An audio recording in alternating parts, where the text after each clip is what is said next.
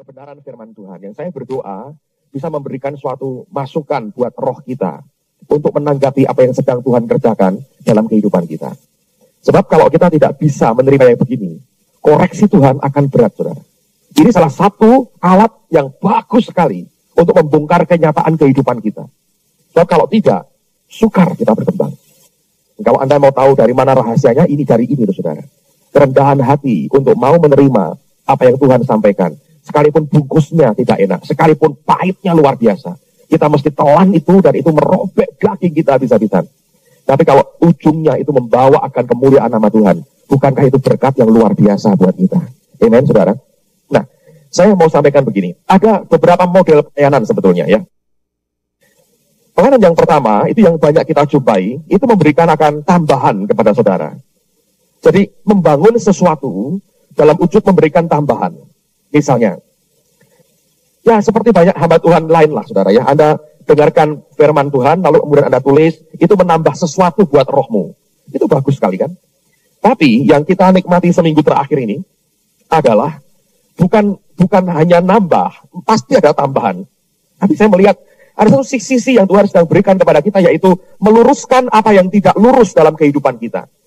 Membenarkan kembali apa yang tidak benar dalam fondasi hidup kita. Memperbaiki apa yang sebetulnya tidak tepat dalam kehidupan kita. Dan itu merupakan sesuatu yang penting. Sebab begini, kalau Anda bangun tembok, begitu ada kemiringan sedikit Anda biarkan. Nanti ketika tembok itu makin tinggi, maka kemiringan yang tadi hanya kecil, tiba-tiba sudah jadi sesuatu yang berat sekali, lalu ujungnya kita runtuh. Nah, pelayanan seperti ini, itu memberikan akan ukuran kepada kita. Tiba-tiba Tuhan datang, dan dia cek lagi dengan garis yang dia tentukan, dan dia mulai ukur lagi, dan dia mulai katakan, di sini kamu salah. Nah, apabila kita sudah terlalu cukup banyak membangunnya, dan kesalahannya fatal, kita harus berkata, Tuhan, yang dibongkar ini terlalu banyak.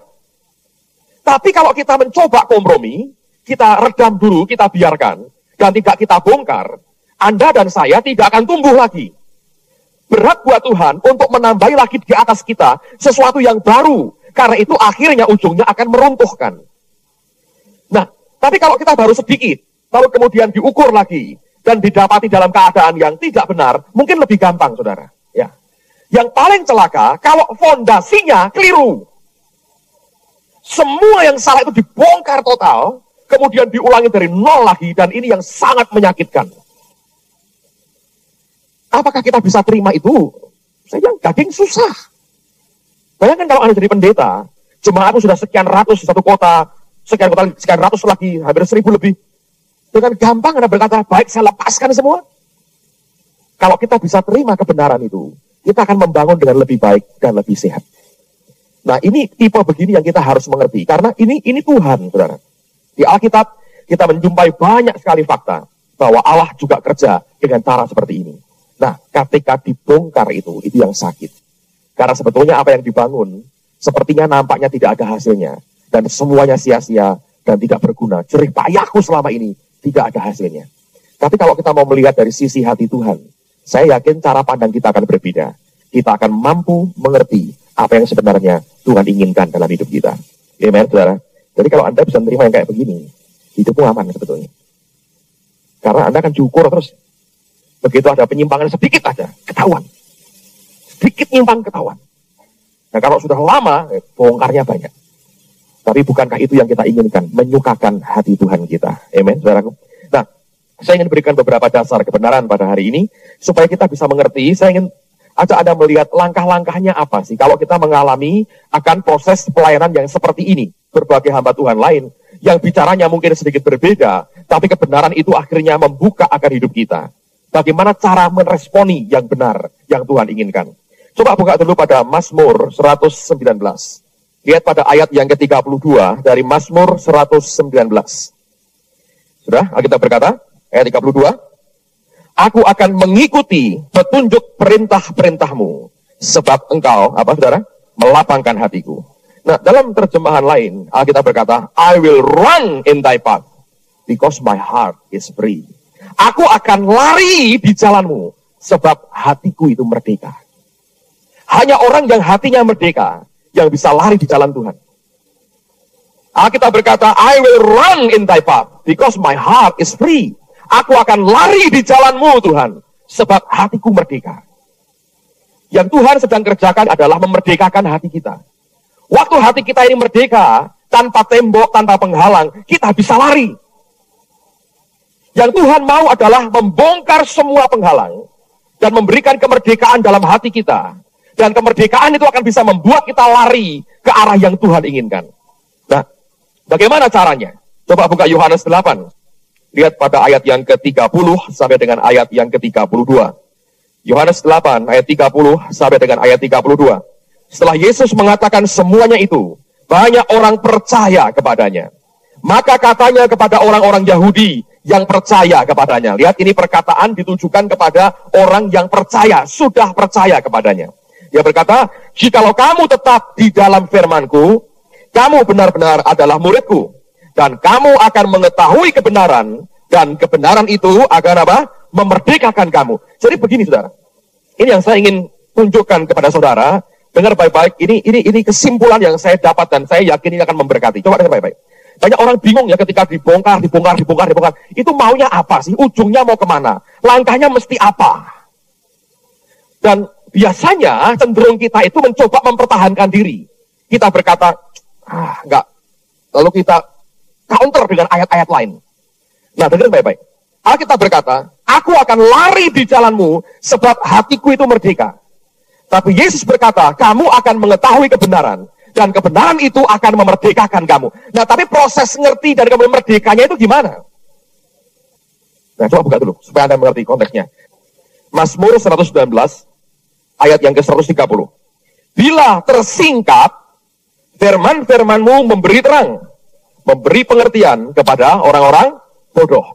Jadi ketika firman-firman Tuhan itu disingkapkan kepada kita, maka itu memberi terang dan pengertian kepada orang-orang bodoh. Nah, sekarang dengerin dulu, saudara. Ini yang saya ingin sampaikan. Hamba Tuhan menyampaikan kebenaran.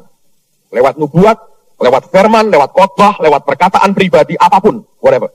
Ketika disampaikan kepada saudara, maka itu, kalau itu rema Allah, akan berbicara dalam hidupmu. Nah, tiba-tiba, terang itu akan menerangi hidup kita. Firman yang adalah terang itu, akan membuat kita tercelik mata kita.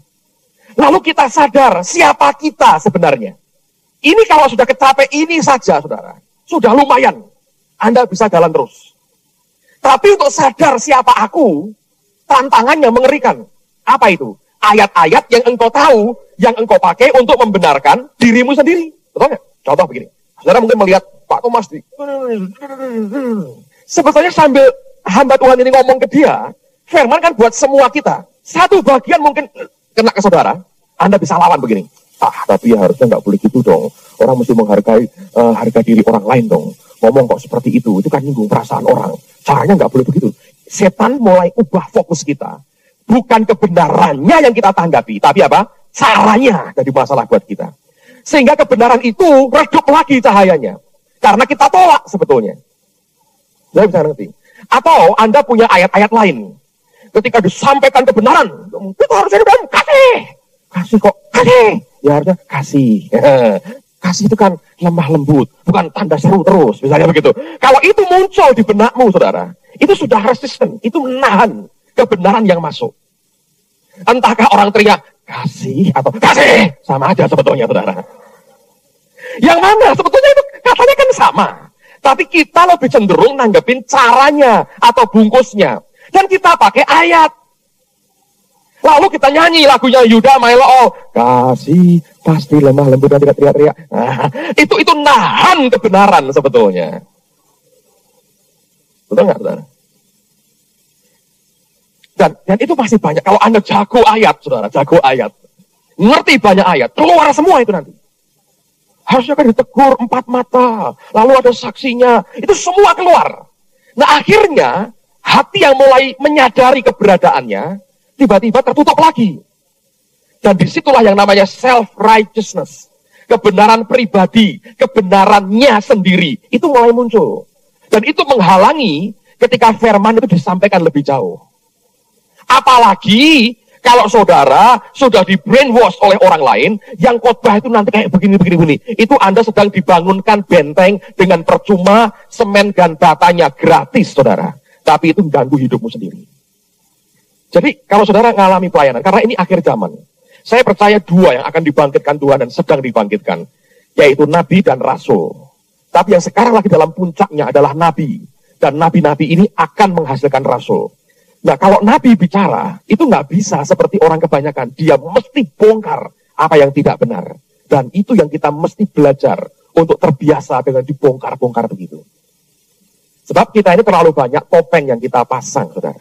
Belum yang nyangkut harga diri. Oh, sudah pelayanan sekian tahun. Lalu menimbulkan kesombongan dalam diri kita. Kita anggap diri kita ini orang penting. Dan orang yang sudah hebat. Lalu kemudian ketika dibongkar seperti itu, yang tidak terima sebetulnya ego kita.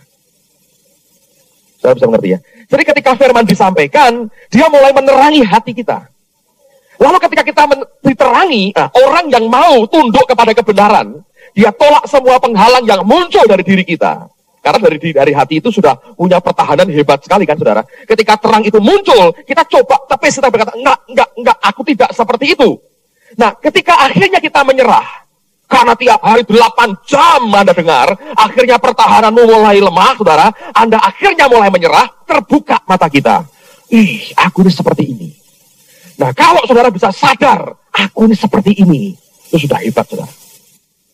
Satu langkah lagi, Anda breakthrough, jebol, mesti benteng dalam hidupmu. Tapi kalau kita masih main silat terus, cara menghindarmu itu begitu tinggi ilmunya. Anda begitu hebat, ilmu meringankan tubuhmu bisa, luar biasa, seperti film-film itu. Susah, saudara. Nah, padahal ini sifatnya Allah. Tuhan selalu membongkar yang lama sebelum dia bangun yang baru. Ingat, ketika murid-murid Tuhan menunjukkan bangunan bait Allah, dia berkata, bongkar bait Allah ini. Dalam 3 hari aku bangun kembali. Ngamuk mereka, saudara. Kami bangun sekian puluh tahun. Kamu bilang dalam 3 hari dibangun lagi.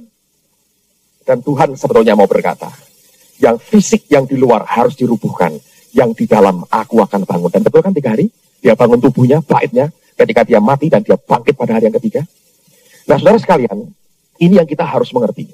Tapi yang saya perhatikan dan saya belajar, justru pada gebrakan pertama ini, begitu banyak yang tidak berhasil masuk.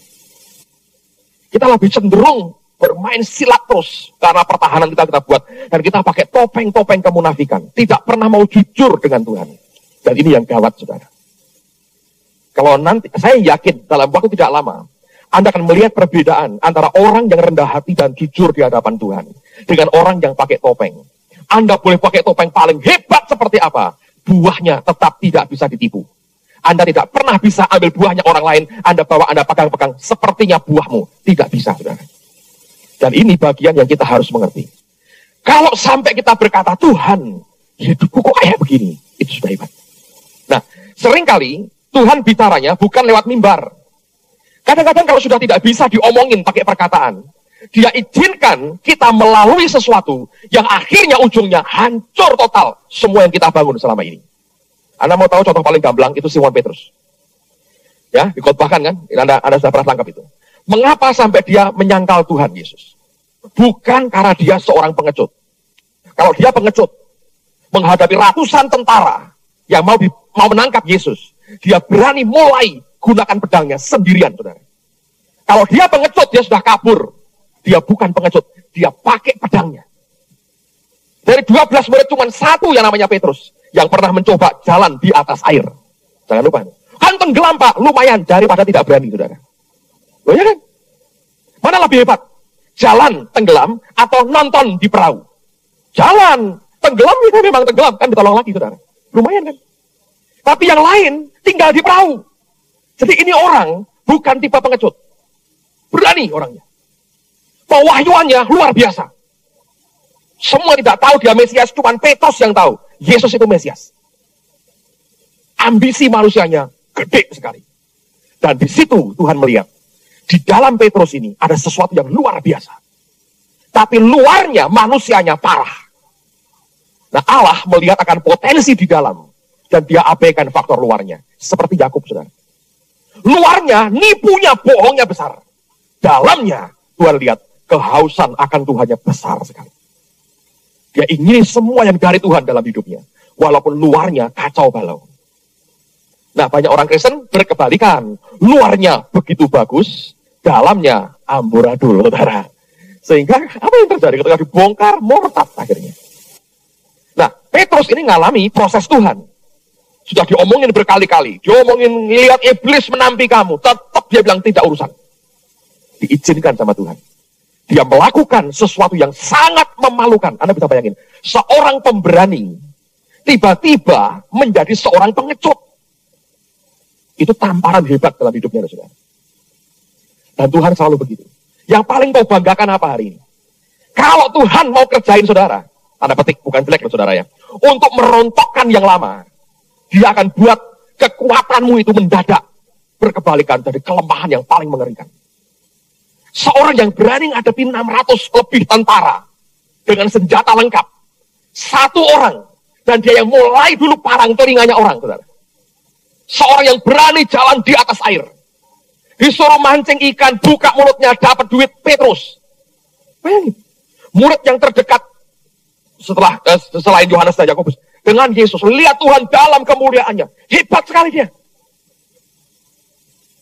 Jadi bagi orang seperti Petrus yang pemberani, berubah menjadi seorang pengecut, itu memalukan sekali. Dan kepengecutannya itu justru bukan di depan Pontius Pilatus. Masih mending, saudara. Di depan seorang budak perempuan masih kecil. Saya bisa bayangin. Dia ngicir lari gara-gara seorang anak perempuan kecil. Dan dia sampai sumpah-sumpah tidak kenal dengan Yesus. Kalau Anda seorang olahragawan, angkat besi misalnya. Anda begitu bangga dengan ototmu. Suatu hari Pak Tri berkata, Mas, kita ini ada kiriman air minum ini. Tolong dong angkatin ke atas. Anda ngangkat 20 liter, tidak kuat. Ayo saudara, mukamu bisa biru, kuning, merah. Dengan otot begitu, ngangkat 20 liter tidak kuat. Ya kan saudara? Itu sama kalau Anda seorang pendeta. Lalu kemudian ada pertanyaan dalam tes yang kita buat itu. Manusia pertama yang diciptakan Tuhan siapa? Lupa. Ya, pendeta. Tapi pertanyaan, manusia pertama yang diciptakan Tuhan adalah gak ngerti. Saking tinggi ilmunya, saudara. Itu aja lupa. Anda bisa tahu betapa memalukannya. Atau Anda orang Kristen, nama juru selamat kita siapa? Lupa. Seperti itu, saudara. Anda bisa ngerti? Itu sesuatu yang memalukan dia. Malu sekali. Bagaimana orang yang mestinya tinggal sambil ngigau aja keluar perkataan itu, mendadak dipikir, gak ketemu namanya. Iya, nama Yesus kok bisa lupa ya, aku kan bayangin. Nah, itu kayak Petrus, saudara. Pemberaninya luar biasa. Nekat orangnya. Mendadak jadi pengecut. Itu kan rontok semua, saudara. Semua kebanggaannya rontok semua. Dan di situ loh poinnya Tuhan, saudara. Kalau dia buka, itu bukan cuma menelanjangi, bukan. Tapi dia mau berkata, ini loh borokmu tuh di sini. Nah kok telanjang? Nah karena seluruh tubuh borok semua. Ya dibuka satu-satu, terlalu banyak jendelanya di kemeja kita kalau dibuka satu persatu. Karena seluruhnya dibuka akhirnya. Nah kalau kita tidak sadar itu, kita bisa marah.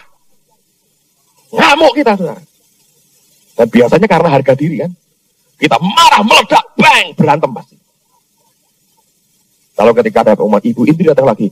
Oh Tuhan, berikan kekuatan baru.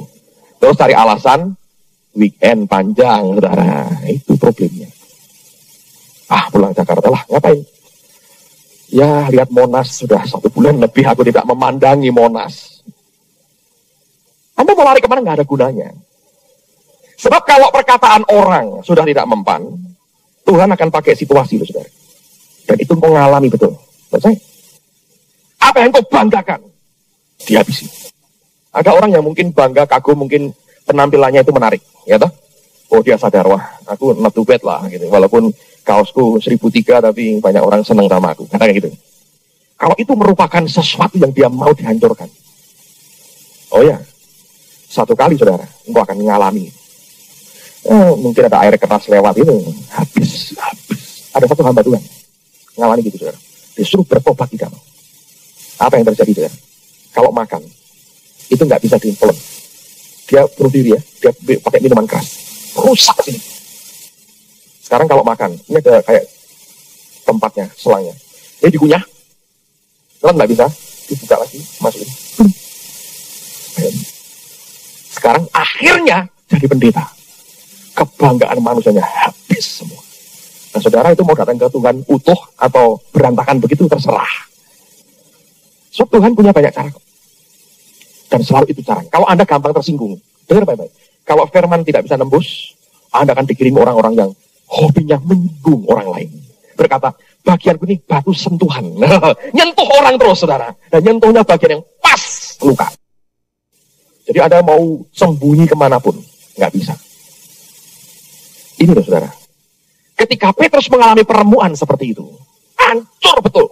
Dia nangis terseduh-seduh. Bayangin seorang pemberani sampai nangis. Dia frustrasi dengan hidupnya. Dia tahu kan Tuhan berkata, 3 hari aku bangkit. Dia malah apa, saudara? Ayo nangkap ikan lagi. Kebanggaannya hilang jadi murid Tuhan. Keberaniannya habis sama sekali. Dia nangkap ikan. Hasilnya apa? 0. Gak dapat apa-apa. Mau tidak mau dia dengar lagi suara Tuhannya. Tebarkan jalamu lagi. Dia tangkap begitu banyak ikan. Dia pikir, aku dapat ikan. Dia berkata, adakah lauk pauk ada padamu? Tidak ada Tuhan, tebarkan jalamu. Dia dapat ikan, dia bilang, itu Tuhan. Dia pikir dia lari, dia mungkin bawa ikan untuk sarapan Yesus. Yesus sudah punya sarapan buat mereka. Dan Tuhan itu tukang masak, Peter masak, saudara. Dan dia berkata, mari sarapan. Bungkam, saudara. Nggak ada lagi kebanggaan manusianya. Dia sarapan, nelennya susah mungkin. Dan pada saat itulah, dia bertanya 3 kali. Simon, anak Yohanes. Dia tidak lagi dipanggil Petrus, saudara. Tunda ya Petrusnya, ntar aja. Sekarang balik ke buluh dulu. Karena habis ya. Dia bilang, apakah engkau mengasihi aku? Dia bertanya, Simon, anak Yohanes. Apakah engkau agape dengan aku? Tapi dia bilang, mati, masuk penjara dengan engkau, berani. Dia ngomong apa? Tuhan, aku filio dengan kamu. Jujur kan, saudara? Tidak langsung, ya, Roh Kudus berkata, aku agape dengan engkau. Hilang gitu ya.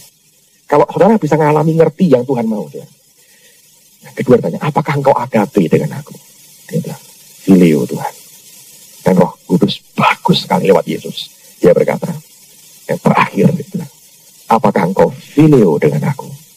Sedih hatinya. Dia bilang, Tuhan, engkau tahu segala sesuatu. Aku nggak bisa nipu. Aku filio dengan kamu.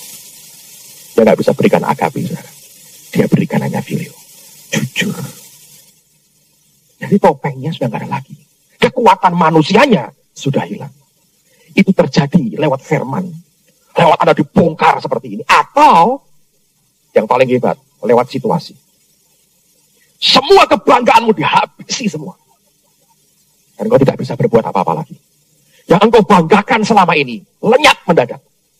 Seperti Petrus. Dari seorang pemberani, dari seorang pengecut, dia nangis terseduh-seduh, saudara. Dan pada waktu setiap kali dia berkata, aku filio dengan engkau. Sebab Tuhan lihat kejujurannya. Anda bisa ngerti ini. Dan kemudian dia berkata, gembalakanlah domba-dombaku. Berilah makan domba-dombaku. Diberi kepercayaan oleh Tuhan. Gereja Katolik anggap dia sebagai paus yang pertama. Sebab itu mandat seperti diberikan kepada Petrus. Anda bisa nangkap ini. Problemnya orang Kristen itu selalu ingin tampil di luar hebat sih. Tapi tidak pernah jujur dalam hidupnya. Satu kali ada seorang teman di gereja yang mengalami kebangkrutan mengerikan, saudara. Satu persatu bisnisnya hancur semua. Ketika dia ngomong gitu satu pagi, Roh Kudus berkata begini, coba kamu datang ke hambaku Petrus Agung. Tanya dengan dia cara berdoa itu seperti apa. Dia kaget, saudara. Aku ini kan pendoa syafaat, pikirnya. Kok disuruh tanya cara berdoa? Malu kan, saudara?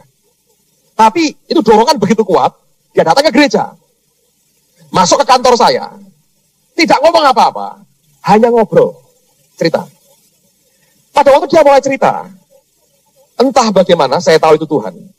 Tiba-tiba saya cerita ke dia bagaimana cara saya berdoa. Saya kalau berdoa terang-terangan dengan Tuhan, saudara. Untuk apa? Nipu. Misalnya begini. Ada orang menyakiti hati. Saya ngomong, Tuhan, aku sakit hati Tuhan sama orang ini. Mau balas gak boleh Tuhan. Minta engkau yang balas sama saja. Hatinya benci. Alkitab berkata harus diampuni, tapi ini sakit. Jadi tolonglah aku, supaya anugerahmu turun, aku bisa ngampuni. Tuhan, ini orang begini, susah aku terima Tuhan. Jadi ngomong belak-belakan, hati kita apa? Ngomong ke dia. Terus dia bilang, loh, kamu doa tuh gitu? Oh iya. Loh, doa nggak sesuai firman dong. Loh, harusnya gimana? Ya mestinya, puji Tuhan, aku mengampuni. Lah aku belum bisa kok. Apa adanya aku bilang, aku belum bisa ngampuni Tuhan. Tapi tolong aku, supaya aku bisa ngampuni dia. Terus dia baru ngaku, oh makanya aku disuruh tanya sama kamu, cara berdoa itu seperti apa. Terus saya bilang, oke, aku tahu bisnis itu parah. Sekarang doamu gimana? Ya kehendak Tuhan jadi. Tapi saya mau tanya begini, itu murni dari dirimu atau sebetulnya kau berkata begini, kalau boleh Tuhan selamatkan bisnisku. Yang mana? Loh ya harusnya yang kedua, aku belum terlalu rela. Jangan bohongi Tuhan. Ngomong terus terang. Tapi ditambahi, kalau Tuhan mau ini habis, berikan kemampuan buat aku bisa jalani. Ngerti saudara? Itu lebih baik di depan Tuhan. Daripada doa munafik pakai topeng.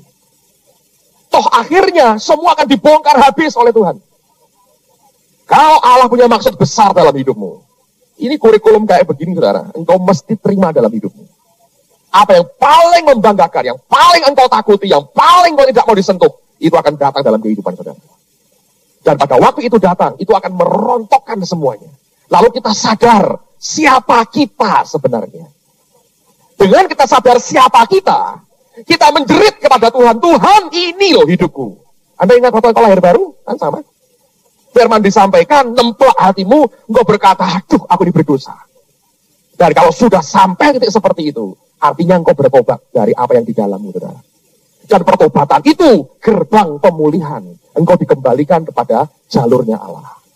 Lalu Tuhan akan mulai kerja membangun sesuatu di dalam kehidupan setiap kita. Nangkep saudara? Nah itu caranya begitu sebetulnya. Jadi setiap kebenaran, baik perkataan yang diucapkan ataupun lewat situasi, goalnya cuma satu. Bongkar yang Tuhan tidak mau. Dan terbuka apa adanya. Bertobat dari situ, baru pemulihan terjadi. Nah, saya ingin tunjukkan beberapa hamba Tuhan yang mengalami hal seperti itu. Buka dalam Yesaya pasal yang ke-6. Kitab Nabi Yesaya pasal yang ke-6. Lihat mulai ayat yang pertama. Yesaya pasal 6, lihat ayat yang pertama. Dalam tahun matinya Raja Uzia, aku melihat Tuhan duduk di atas tahta yang tinggi dan menjulang, dan ujung jubahnya memenuhi bait suci. Para serafim berdiri di sebelah atasnya, masing-masing mempunyai 6 sayap. 2 sayap dipakai untuk menutupi muka mereka, 2 sayap dipakai untuk menutupi kaki mereka, dan 2 sayap dipakai untuk melayang-layang. Dan mereka berseru seorang kepada seorang katanya, Kudus, kudus, kuduslah Tuhan semesta alam, seluruh bumi penuh kemuliaannya. Maka bergoyanglah alas ambang pintu disebabkan suara orang yang berseru itu, dan rumah itu pun penuhlah dengan asap. Lalu kataku, Anda perhatikan, ini reaksi benar dari Nabi Yesaya. Celakalah aku binasa, sebab aku ini seorang yang najis bibir, dan aku tinggal di tengah-tengah bangsa yang najis bibir. Namun mataku telah melihat sang raja, yakni Tuhan semesta alam. Tetapi seorang dari serafim itu terbang mendapatkan aku. Di tangannya ada bara yang diambilnya dengan sepit dari atas mezbah. Ia menyentuhkannya kepada mulutku serta berkata, lihat, ini telah menyentuh bibirmu, maka kesalahanmu telah dihapus dan dosamu telah diampuni. Lalu aku mendengar suara Tuhan berkata, siapakah yang akan kuutus dan siapakah yang mau pergi untuk aku? Maka sautku, inilah aku, utuslah aku. Nah lihat saudara, ini nabi besar. Kalau Anda belajar Alkitab, Yesaya tergolong kelompok nabi besar. Pasal pertama sampai pasal 5 sudah bernubuat belum saudara? Sudah. Pasal 6 dia mengalami, dia melihat Tuhan. Dan waktu dia melihat Allah, reaksi yang muncul luar biasa. Dia berkata, celaka aku ini najis bibir. Terang Tuhan itu menerangi hidupnya. Terbuka, hidupku ini faktanya seperti ini. Dia jerit kepada Allah dan dia bilang, celaka aku ini najis bibir. Nah itu loh saudara yang Tuhan mau. Begitu dia buat pengakuan, malaikat terbang, disentuh dengan bara bibirnya. Dia berkata, dosamu diampuni, dikuduskan lagi bibirmu. Dan dia berkata, utuslah aku Tuhan. Dan dia nubuat lagi, dan puluhan pasal tercipta daripadanya. Anda ngerti Tuhan, saudara? Itu loh caranya dia. Nah kalau kita tidak mengerti itu, saudara, berat. Anda terima pengajaran, kita sudah pakai benteng. Tapi setiap kali firman disampaikan, mestinya kita berdoa, Tuhan, berbicaralah kepadaku. Buka hatiku betul. Supaya aku mengerti keberadaanku. Orang yang tahu keberadaannya, dia bertobat. Pertobatannya membuat dia menerima anugerah Allah yang lebih besar di dalam hidupnya. Dan itu bukan hanya lewat perkataan, saudara. Kalau Anda hanya terima perkataan keras seperti apapun masih bagus. Sebab kalau tidak bisa diberitahu, Tuhan akhirnya mengizinkan situasi yang mendidik kita. Sampai semua kebanggaan kita runtuh. Dan kita ngaku, Tuhan, ini gombal berjalan sebetulnya. Saya berkata, kesalehanku seperti pakaian kotor. Bagaimana seorang nabi bisa berkata, kesalehanku seperti pakaian kotor, kain kotor, gombal. Saudara. Kalau kita bisa sampai titik, Tuhan, ini gombal sedang berjalan. Bukan orang yang diurapi sedang berjalan. Kalau sampai begitu, saudara, Anda breakthrough sebetulnya. Dan semakin kita mau dibawa Tuhan seperti itu, semakin luar biasa Allah nanti akan pakai dan berikan kepercayaan di dalam kehidupan setiap kita. Amen, saudara. Ya saya ngalami itu. Daud ngalami yang sama. Dia berzina dengan Batseba. Nah, orang harus mengerti, begitu dosa menguasai, matamu buta, telingamu tuli, hatimu tebal. Dia bunuh Usia pakai tangan orang kafir. Dia tidur dengan istrinya, Usia, sampai hamil. Tetap tidak merasa bersalah. Tuhan kirim Nathan. Ini orang berani konfrontasi dengan raja.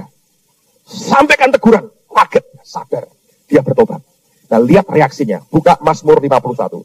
Saya ingin tunjukkan bagaimana orang-orang besar di Alkitab secara terbuka mengakui kelemahannya. Tapi kita ini yang belum seberapa, sudah merasa hebat, saudara. Ya kan? Yesaya nabi besar berkata, celaka, aku najis bibir. Dia berkata, kesalehanku seperti kain kotor. Dia buka, dia tulis. Apakah tidak mencemarkan nama baiknya sendiri? Ya nggak urusan. Kenyataan yang Tuhan buka, dia akui. Daud ini orang besar di depan Tuhan. Ketika ditegur, Anda lihat pasal 51. Kalimat pertama, untuk pemimpin biduan. Jadi ini pertobatan. Dia ceritakan masal, dinyanyikan di Yerusalem. Kornya mungkin ribuan orang itu nyanyi pertobatannya raja. Bagaimana dia ngaku dosanya di depan rakyatnya. Nah ini orang kayak begini loh saudara, yang Tuhan suka. Bait Allah masuk Yerusalem, nari. Seperti sampai mau telanjang. Mikal, istrinya yang sangat terhormat itu.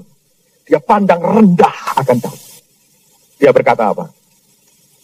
Tidak pantas raja itu menghinakan dirinya seperti itu. Raja kan mestinya jalannya harus langkah demi langkah, anggun. Dia bilang, demi Tuhan aku mau memperhinakan diriku bahkan lebih lagi. Nah, ini besar di depan Tuhan kayak begini. Besar di depan orang, kita jaga reputasi. Gak enak dong nama kita dihabisi ini. Ya kan? Kita jaga harga diri kita. Tapi yang besar di depan Tuhan, dia tidak peduli dengan reputasi manusianya. Nah, lihat apa yang Daud katakan. Pasal 51, perhatikan pada ayat yang pertama. Untuk pemimpin biduan, dia berkata, Mazmur Daud, ketika Nabi Nathan datang kepadanya setelah ia menghampiri Batseba. Ini ditulis jelas gamblang, saudara. Dan dia ngakui setelah Daud ini berzinah dengan Batseba. Ditegur Nabi Nathan, dia ceritakan nabinya siapa, berzinahnya dengan siapa, ngakunya dengan rakyatnya. Senteng nggak, saudara? Ayo. Tapi ini yang Alkitab Tuhan berkata, a man after my own heart. Ini loh, Daud. Orang mau besar di depan Tuhan, Anda harus punya kejujuran. Seperti orang-orang besar ini di hadapan Allah. Transparan hidupnya, jujur di hadapan Tuhan. Kalau kita bisa ngerti ini, saudara, gampang kok tumbuh itu gampang. Ministry dari besar, satu malam aja cukup buat Tuhan. Tiba-tiba Anda jalan, orang mati pada bangkit semua. Oh, terkenal, dunia akhirat terkenal, saudara. Itu akhirat harus melepaskan nyawa-nyawa orang itu. Di dunia Anda terkenal. CNN datang, Anda terkenal. Semalam aja, mau terkenal, gampang. Mau punya gereja 2 juta orang, gampang. Kayak gampang. Semalam aja, semalam aja. Kalau dia mau, bisa. Problemnya apakah itu membangun kita atau mematikan kita. Dan akhirnya menghancurkan yang lain. Nah sekarang lihat orang besar di hadapan Tuhan. Ayat 3 dia berkata apa? Kasihanilah aku ya Allah, menurut kasih setiamu. Hapuskanlah pelanggaranku, menurut rahmatmu yang besar. Bersihkanlah aku seluruhnya dari kesalahanku. Dan tahirkanlah aku dari dosaku. Ayat 5 kita baca sama-sama. 2, 3. Sebab aku sendiri apa? Sadar akan pelanggaranku. Aku senantiasa bergumul dengan dosaku. Ayat yang ke-6. Baca sama-sama. 2, 3. Terhadap siapa? Engkau. Terhadap engkau sajalah aku telah berdosa. Dan melakukan apa yang kau anggap jahat. Supaya ternyata engkau adil dalam putusanmu. Bersih dalam... Dia nggak berkata. Salahnya. Mandi kok di depanku. Bisa kan? Bisa? Bisa. Bukan mencobai namanya. Dia nggak berkata, Tuhan kami berdua salah. Dia tidak salahkan orang lain. Ini yang murni itu begini. Bro. Kalau Allah membongkar hidup kita, engkau tidak urusan sama orang lain. Tetapi karena ini tidak ada.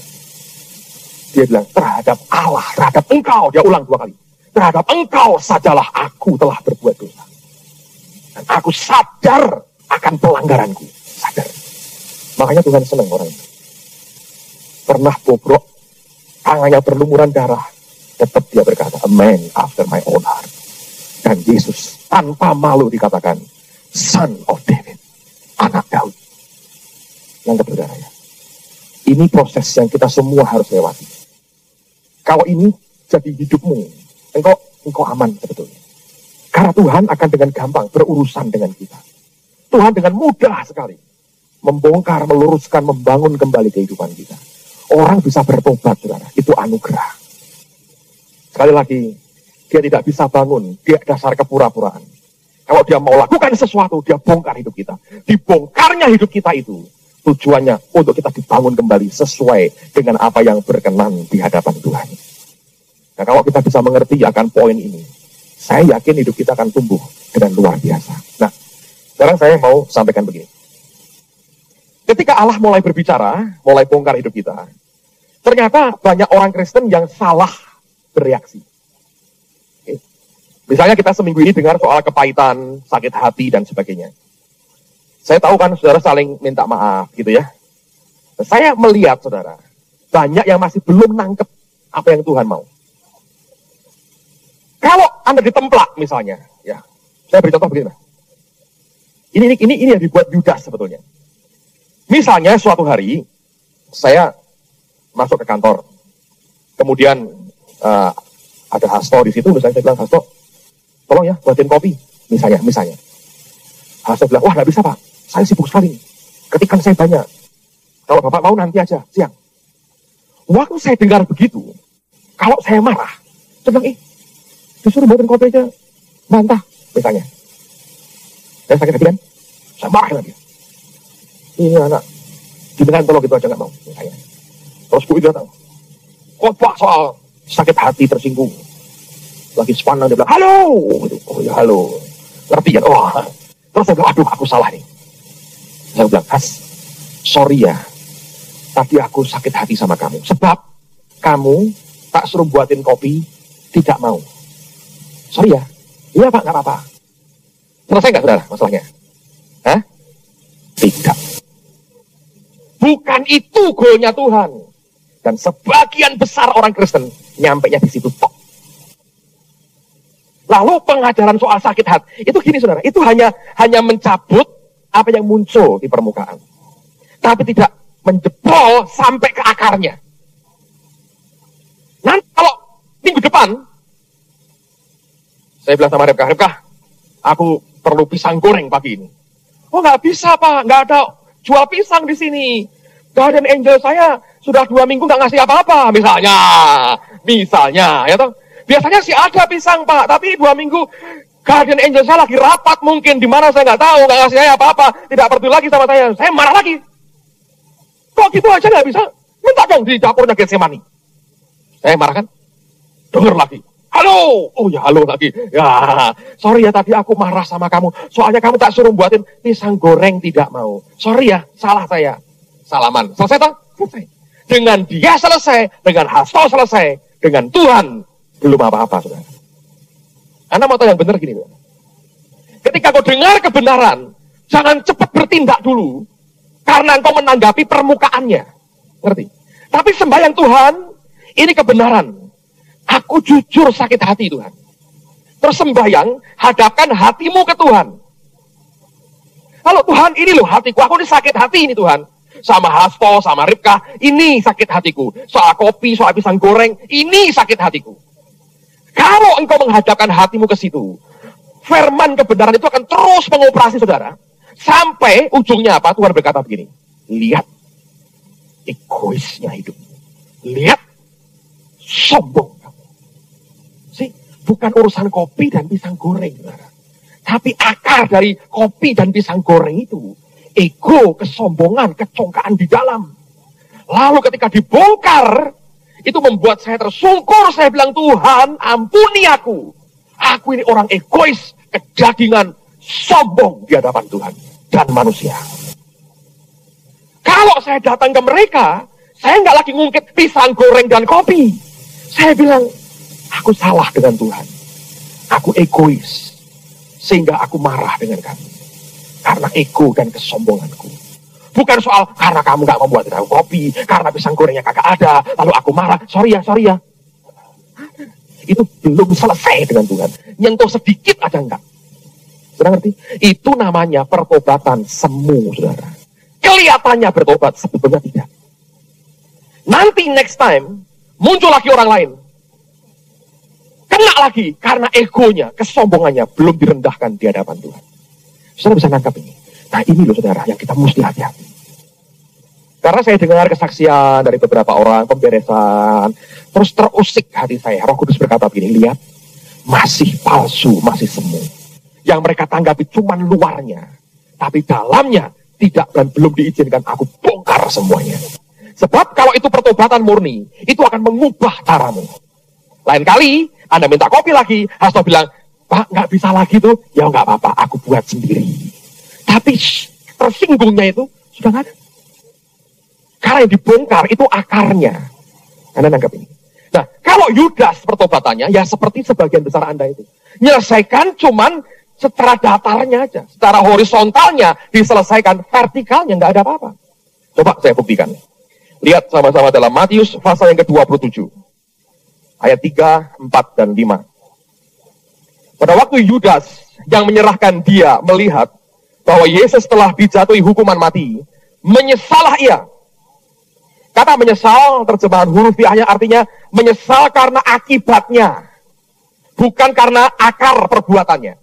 Menyesal karena akibatnya. Oke.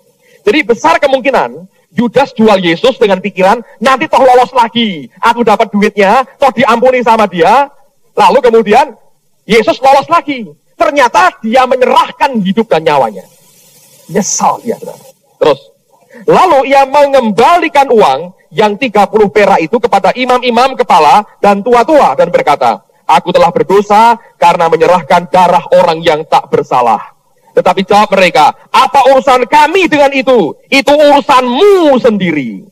Maka ia pun melemparkan uang perak itu ke dalam bait suci, lalu pergi dari situ dan apa? Menggantung diri. Lihat, saudara. Dia ngerti berdosa, ngerti ada kesalahan tertentu, tapi penyesalannya karena akibat. Dia coba selesaikan dengan cara manusia, dikembalikan uangnya untuk menutupi rasa bersalahnya. Tapi tuduhan setan jalan terus, dia tidak tahan, dia gantung dirinya, dia hukum dirinya sendiri. Dia bilang, aku buat dia mati, aku harus mati.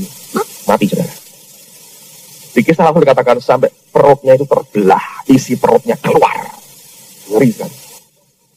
Nah, kalau orang Kristen nanggapin firman seperti itu, kemudian hanya di permukaan, itu belum seperti yang Tuhan inginkan sebetulnya, saudara. Berarti penyelesaian yang pertama harus dengan dia. Karena dosamu bukan kepada orang yang pertama. Itu akibat dari akar di dalam kita. Yang mesti diselesaikan harus ke atas, pertobatan dulu. Anda bisa salaman dengan semua orang damai, nyanyi dalam Yesus kita bersaudara, Anda salaman, semua tertawa, manis dan selesai. Tapi ternyata akarnya masih kuat. Dalam waktu hanya 2-3 minggu lagi, meledak lagi muncul hal yang sama terjadi. Lalu kita frustrasi. Kita bilang, masa begini terus hidupku? Dan akhirnya kita dengan gampang bisa murtad. Saudara nangkap ini. Nah, banyak orang Kristen tidak bisa mencapai tujuan ini. Nah, sekarang lihat contoh berikutnya. Lukas pasal yang ke-15. Lukas pasal yang ke-15. Saya berdoa ini memberikan understanding, pengertian kepada saudara yang lebih sederhana mungkin, tapi saya berdoa ini menolong saudara. Lukas 15, lihat mulai ayat yang ke-11. Ini contoh yang paling gamblang tentang pertobatan. Lukas 15 ayat 11. Yesus berkata lagi, ada seorang mempunyai 2 anak laki-laki. Kata yang bungsu kepada ayahnya, Bapa, berikanlah kepadaku bagian harta milik kita yang menjadi hakku. Lalu ayahnya membagi-bagikan harta kekayaan itu di antara mereka. Beberapa hari kemudian anak bungsu itu menjual seluruh bagiannya itu, lalu pergi ke negeri yang jauh. Di sana ia memboroskan harta miliknya itu dengan hidup berfoya-foya. Setelah dihabiskannya semuanya, timbullah bencana kelaparan di dalam negeri itu dan ia pun mulai melarat. Lalu ia pergi dan bekerja pada seorang majikan di negeri itu. Orang itu menyuruhnya ke ladang untuk menjaga babinya. Lalu ia ingin mengisi perutnya dengan ampas yang menjadi makanan babi itu, tetapi tidak seorang pun yang memberikannya kepadanya. 17, perhatikan. Lalu ia, saudara? Menyadari keadaannya. Ini langkah pertama, menyadari keadaannya. Lihat, di sini Tuhan pakai situasi. Orang Kristen diberitahu, diomongin, halus nggak bisa, kasar nggak bisa, lemah lembut nggak bisa, keras nggak bisa. Tuhan berkata, baik, aku beri situasi. Dan saya jamin saudara, situasinya bukan Anda akan diberikan BMW atau Rolls Royce. Situasinya pasti bukan Anda akan diberi mertua yang konglomerat, saudara. Akan berakhir di kandang babi. Itu jaminan saya, saudara. Sebab itu tempat yang paling membuat engkau jadi lembut hati karena ampas babi. Bayangin, saudara. Makanan babi pun tidak diberi. Dia jaga babi. Anda tahu kandang babi? Jangan kepingin ke sana kecuali bisnis memang urusan dengan babi, saudara. Anda mau mengalami situasi yang nguji atau itu lebih baik, saudara, daripada situasi kandang babi. Dan saya jamin, Anda tidak mau bertobat, dikejar Tuhan terus, end up-nya di kandang babi. Dari jauh, saudara, baunya nyengat. Dan kalau tidak sadar, sampai mati di kandang babi, saudara. Tapi orang ini, dia sadar akan keadaannya. Dan jangan dikira ampas apa ini? Ampas yang menjadi makanan babi itu enak, enggak. Itu mengerikan sekali. Itu campurannya kedelai seperti tahu ya, campurannya ditambah dengan macam-macam. Nah, Anda tahu tahu? Kalau Anda, siapa yang pernah ke Hong Kong? Satu, tahu nanya tahu mambu, saudara. Oh, Anda perlu coba. Saya makan kali hampir muntah, rasanya enak, tapi kalau makan harus gini. Itu baunya kayak selokan. 3 tahun nggak dibuka, bau sekali. TKW kita kalau bilang itu tahu mambu. Mambu itu bau, bacin. Jadi kalau makan, gurih rasanya. Tapi hidung kita nggak mau terima. Nah, kalau Anda kekumpul gitu, goalnya supaya sadar akan keadaannya. Jadi, setelah sadar, apa yang terjadi? Berikutnya, 17. Lalu ia menyadari keadaannya, katanya, betapa banyaknya orang upahan Bapakku yang berlimpah-limpah makanannya. Tetapi aku di sini mati kelaparan. Aku akan bangkit dan pergi kepada Bapakku dan berkata kepadanya. Lihat perkataannya. Bapa, aku berdosa terhadap siapa? Siapa? Surga dan terhadap Bapa. Lihat pertobatan itu pertama-tama sadar salahnya kepada surga, baru kepada Bapa. Kalau Anda hanya selesaikan jabat tangan, sorry ya, kemarin sosialmu aku injek-injek gitu misalnya gitu, sorry ya, selesai, oh nggak apa-apa, besok lagi ya, nggak apa-apa, selesai, itu nggak selesai.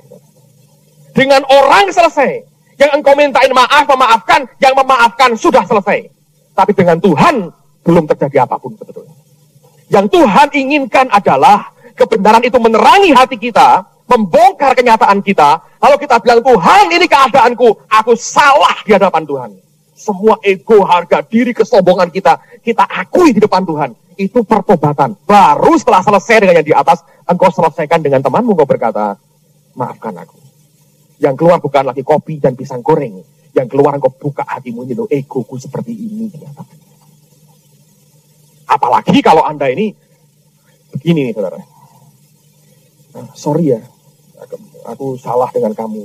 Kemarin aku tidak bantu bersihin WC. Sebab Tuhan sedang berbicara dengan aku. Gombal yang begitu, saudara. Itu malah bukan bertobat, menjelang murtad malah kira-kira. Pakai nama Tuhan lagi. Ya usah minta maaf kalau dari Tuhan lagi bekerja. Engkau tidak salah dengan Tuhan. Ya, kenapa mesti minta maaf? Kalau memang Tuhan lagi bicara sama kamu. Engkau tidak salah di depan Tuhan. Masa kita bilang, Tuhan sorry ya, jangan ngomong, WC urusanku. Masa gitu? Kalau murni Tuhan lagi ngomong dengan saudara, sampai engkau dikuasai oleh roh Tuhan. Lihat akan neraka dan surga di depanmu. Begitu gamblang. Karena engkau hancur hati dalam hadirat dan di dalam tahta di mana ujung jubahnya nyentuh jidat kita. Engkau tidak usah minta maaf kepada orang. Itu bukan dosa. Tapi kita begitu rohani dan begitu malang, saudara. Karena dibodohin oleh hati kita sendiri. Ngerti, saudara? Ini tipuan-tipuan hatimu sendiri. Dan ini yang kadang-kadang membuat Tuhan itu ngelus dada berkali-kali mungkin, saudara. Kok ada ya ciptaanku modelnya kayak begini? Enggak satu dua, banyak lagi yang begini. Anda tahu panjang sabarnya Tuhan itu kayak apa? Untung bukan kita ya Tuhan, saudara ya. Kalau hari ini Anda sudah kamu jadi Tuhan sehari ya, langsung mati aja, saudara. Akan. Tapi dia itu begitu luar biasa. Pertobatan itu karena kau tahu kau salah dengan dia. Salah. Nathan setelah negur Daud tidak pernah, sorry ya Daud ya, tadi gua agak emosi. Saya Tuhan yang suruh sih. Jadi sorry aja kita kurang hormat sama raja. Enggak ada. Kalau yang kau kerjakan betul dari Tuhan, kau tidak salah dengan siapapun. Saudara maafkan tadi kalau saya bicaranya keras, menyinggung perasaan Anda, bukan hamba Tuhan gitu ya. Kok dia tahu itu Tuhan yang bicara, tidak perlu minta maaf dengan siapapun. Sebab itu Tuhan yang bicara lewat hidup kita. Ngerti, saudara? Jadi jangan gampang-gampang pakai Tuhan bicara dah, saudara. Kalau bukan Tuhan yang bicara. Nanti semua perkataanmu kau pertanggungjawabkan di hadapan Tuhan, saudara. Ya? Dan kita terlalu gampang pakai Tuhan bicara. Untuk menutupi akan kelemahan kita sebetulnya. Bohongnya ini. Ngeri sekali. Lihat pertobatan yang murni itu, dia teriaknya, aku berdosa terhadap surga dan terhadap Bapa. Untuk apa kita mau selesaikan secara manusia? Kalau akhirnya kita anggap beres, di depan Tuhan belum beres sebetulnya. Yang Tuhan inginkan dari kehidupan setiap kita adalah murni bertobat seperti ini, saudara. Nanti kita akan melihat kemuliaan Tuhan itu dinyatakan. Yang membuat satu orang Kristen berbeda dengan yang lain adalah soal kejujurannya di hadapan Allah. Kalau kita mau jujur apa adanya, saudara, luar biasa. Sih banyak orang Kristen yang Tuhan, aku serahkan semua. Dan Tuhan paling ngerti itu, yang kau masih pegang itu apa. Dan tanpa tedeng aling-aling, dia mesti minta yang paling kau senangi. Oke, aku minta yang ini. Kau ngerti aja, saudara. Nanti ujungnya apa? Ya maksudku semua itu kan pikiranku, perenunganku, perkataanku, minus yang satu ini. Ujung-ujungnya yang kau berikan cuma 3-4% sebetulnya. Tapi kalau ngomong itu semua. Nah, Anda harus perhatikan. Setiap kali Anda berbicara, Tuhan dengar, orang dengar, siapa lagi? Setan dengar. Karena kita berkata dia itu pendakwa. Kalau tinggal Anda ngomong, ditulis. Dihadapkan ke Bapakmu di surga. Tuhan, dia ngomong, semua. Aku minta, engkau minta semua. Dia adil. Kalau engkau tidak bertobat, pembelaannya nggak bisa jalan. Tidak pernah Yesus bela orang berdosa dan hidup dalam dosanya. Dia bela, nggak ada. Pertobatan kita mendatangkan pembelaannya. Nah kalau kita ngomong begitu gampang, Tuhan, aku berikan semua yang daripadaku. Dia bilang, baik. Setan berkata, Tuhan, dia ngomong semua. Aku akan tunggu sampai semua engkau ambil. Aku pengen lihat. Dia sudah berikan semua, ambil semua, Tuhan. Ayo, saudara. Engkau menyulitkan Tuhan nggak? Dan Tuhan tahu kalau diambil semua, engkau mati. Nggak tahan, emosi aja. Harga diri. Kenapa nggak jujur aja? Kenapa nggak bisa ya Tuhan? Tapi aku mau, tolong aku. Bukan terus, Tuhan aku nggak bisa, terus berzina. Aku nggak bisa kok. Kan terang-terangan katanya. Ya itu juga ngawur, itu penghuni neraka juga sama. Kalau engkau berkata jujur, aku tidak bisa, terus teriak, tolong aku Tuhan. Lihat ada seorang bapak yang anaknya kerasuan. Dia berkata, kamu percaya nggak? Aku percaya. Terus dia teriak, tolonglah hambamu yang tidak percaya ini. Help my unbelief. Tapi kita itu, dia teriak, aku percaya, tapi aku tolong Tuhan, aku tidak percaya. Help my unbelief. Sembuh nggak Tuhan? sembuh. Jujur aja dia. Nah kalau kita jujur seperti itu, engkau akan mengalami pertolongan Tuhan itu luar biasa. Amen, saudara. Dibongkarnya hati kita, membuat kita tahu siapa kita sebenarnya. Waktu kita ngerti siapa kita teriak dengan Tuhan. Ini Tuhan kenyataan hidupku. Aku tidak bisa. Tolong aku Tuhan. Waktu semua terbongkar, brokenness terjadi, kehancuran hati terjadi.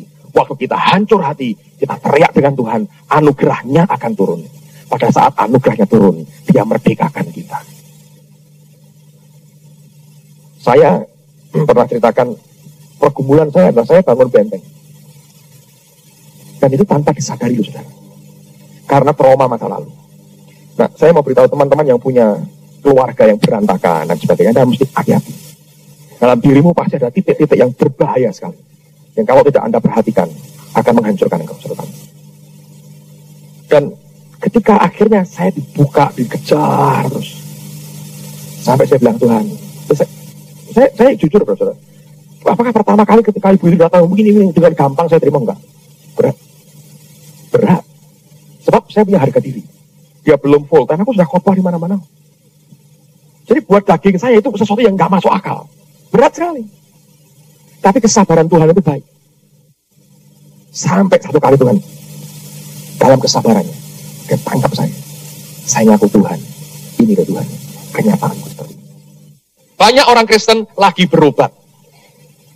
Tapi belum bertobat, saudara. Makanya penyelesaiannya begitu. Dengan orang, ya karena Tuhan begini dengan saya. Sorry ya, saya nggak bisa bantu gini. Karena Tuhan. Itu Anda sedang menipu dirimu sendiri. Dan akhirnya engkau sedang gantung dirimu sendiri di depan Tuhan. Waktu Tuhan buka seperti itu, saya bilang, aku yang salah. Nangis saya di depan Tuhan. Saya bilang, Tuhan ampuni aku. Tapi itu pun saya masih belum bisa cerita detail ke dia, saudara. Saya mulai cerita. Saya bilang, enggak, aku yang salah. Jadi orang kalau bertobat, itu Anda tidak lagi mempermasalahkan apa yang dia lakukan. Enggak lagi, saudara. Tiba-tiba engkau sadar apa yang engkau buat terhadap Tuhan, itu bertobat. Kalau baru, sorry ya. Itu ya baik, saudara. Jangan cabutlah sorryku, nggak usah, saudara.